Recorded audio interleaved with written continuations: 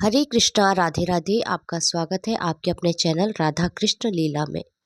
आज हम आपको सुनाएंगे मार्गशीर्ष मास कथा अध्याय 13। भगवान कहने लगे कि हे पुत्र सुनो, मैं तुमसे जागरण का लक्षण कहता हूँ।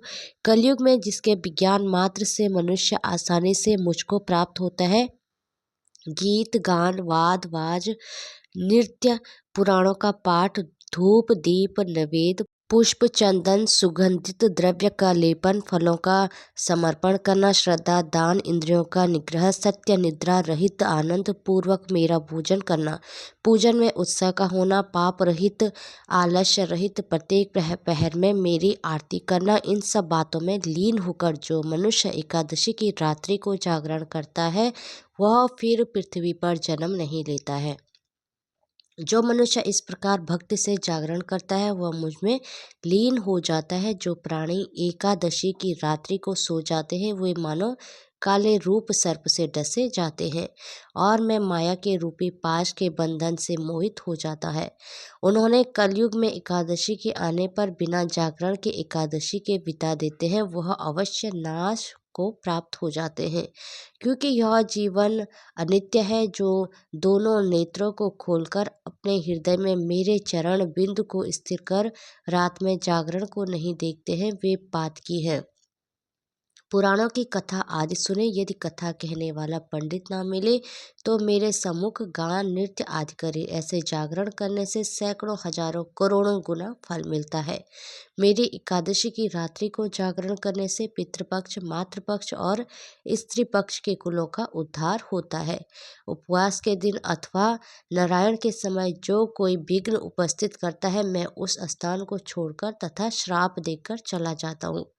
जो मनुष्य मेरी अनिद्रा एकादशी के दिन जागरण करता है मैं प्रसन्न होकर उनके बीच में नृत्य करता हूँ। जो मेरे समीप जितने दिन जागरण करता है वह उतने 10,000 तक युग प्राप्त मेरे गृह में आकर वास करता है। एकादशी के दिन जागरण करने से पूर्वजों की न गया श्राद्ध से न तीर्थ सेवन और न ही बहुत यज्ञों से मुक्ति होती है। अंत सब साधनों से जागरण श्रेष्ठ है। जो एकादशी के जागरण के समय पुष्पों से मेरा पूजन करता है वह प्रत्येक पुष्प अश्वमेघ यज्ञों का फल का भागी होता है। जो मेरे एकादशी के दिन जागरण के समय दीप दान करता है वह प्रत्येक क्षण के प्रकाश से 10,000 गौदान का फल प्राप्त होता है। जो मेरे जागरण के दिन हविष यान या नवेद अर्पण करता है वह धान को फुवाल के समान दान का पुण्य प्राप्त करता है। हे चतुर्मुखी, जो अनेक प्रकार के पकवान तथा फलों को मेरे जागरण के दिन देता है वह 100 गोदान के फल को प्राप्त करता है। जो मेरा भक्त जागरण के दिन कपूर के साथ पान मुझको अर्पण करता है वह मेरी कृपा से सातों द्वीपों का स्वामी होता है। जो मेरे जागरण के दिन पुष्पों के मंडप को सजाता है वह पुष्पों से सजे हुए विमान में बैठकर मेरे गृह में आकर आनंद से वास करता है। जो मेरे जागरण के दिन कपूर और गूगल का धूप देता है वह अपने लाख जन्म के पापों का नाश करता है। जो मेरे जागरण के दिन मुझको दूध दही घी और जल से स्नान कराता है वह इस लोक के सुखों को भोगकर अंत में श्रेष्ठ गति को पाता है। जो सुंदर वस्त्रों और विविध प्रकार के फलों को मेरे लिए देता है वह वस्त्र के जितने सूत होते हैं उतने वर्षों तक चिरकाल तक स्वर्ग में वास करता है। जो रत्नों से जड़ित स्वर्ण के गहने मुझे अर्पण करता है वह सात कल्प तथा मेरा प्रिय होकर मेरे पास वास करता है। जो घी से विशेषकर गौ के घी से मेरे जागरण की रात्रि को दीपक लगाता है उसको 1-2 दक्षिणा के बदले 10,000 गोदान का फल मिलता है। एकादशी के दिन जागरण करने से जिस फल की प्राप्ति होती है उस फल की प्राप्ति हजारों अश्वमेघ यज्ञ और कोटि तीर्थों में स्नान करने से भी नहीं होती है।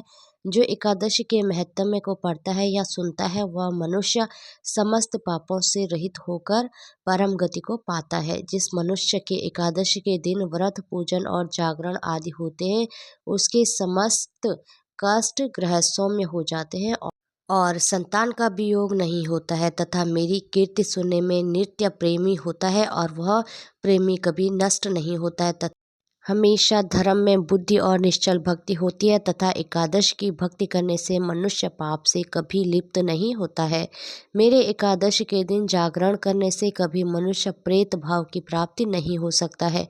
जो लोग एकादशी की व्रत आदि से विमुख हैं उनको परलोक गति नहीं होती है। इसलिए कलयुग में एकादशी का व्रत अवश्य करना चाहिए। हरे कृष्णा, राधे राधे। भगवान श्री कृष्ण और राधा रानी की कृपा आप सभी भक्तों पर हमेशा बनी रहे। जय श्री राधे।